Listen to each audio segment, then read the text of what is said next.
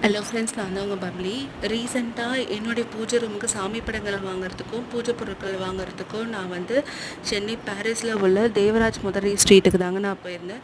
இந்த ஸ்ட்ரீட்டில் வந்து பர்டிகுலராக பூஜை பொருட்களும் இந்த மாதிரி சாமி படங்கள் ஃப்ரேமிங் ஒர்க்கும் வந்து பண்ணிகிட்ருக்காங்க.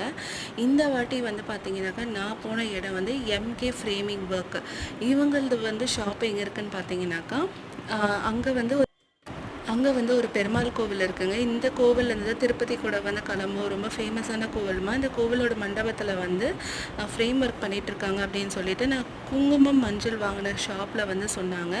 ஸோ எப்போவுமே வந்து நான் அந்த கார்னர்லேயே ஒரு ஷாப் இருக்கும், அங்கே பண்ணிவிட்டு போயிடுவேன். பட் ஆனால் இந்த வாட்டி இந்த ஷாப்பில் வந்து நான் பண்ணுறப்ப எனக்கு ரொம்பவே மனசு வந்து ரொம்ப நிறைவாகவும் இருந்தது. காஸ்ட் வைஸும் பார்த்தீங்கன்னாக்கா ரொம்ப அஃபோர்டபுள் ப்ரைஸ்லேயே இருக்குது. நம்ம என்ன மாதிரி சொல்கிறோமோ அதே மாதிரி நம்மளுக்கு வந்து கஸ்டமைஸ் பண்ணி தராங்க.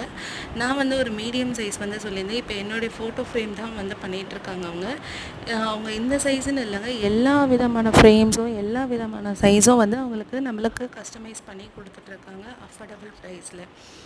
ஸோ உங்களுக்கும் வந்து ஃபோட்டோ ஃப்ரேமிங் பண்ணோம்னாக்கா கண்டிப்பாக நீங்கள் இந்த ஷாப் வந்து நான் உங்களுக்கு சஜஸ்ட் பண்ணுவேன். இது வந்து ப்ரொமோஷன் வீடியோ கிடையாது. எனக்கு இந்த இடம் வந்து சாட்டிஸ்ஃபைடாக இருந்துச்சுன்றதுனால தான் நான் வந்து போடுறேன்.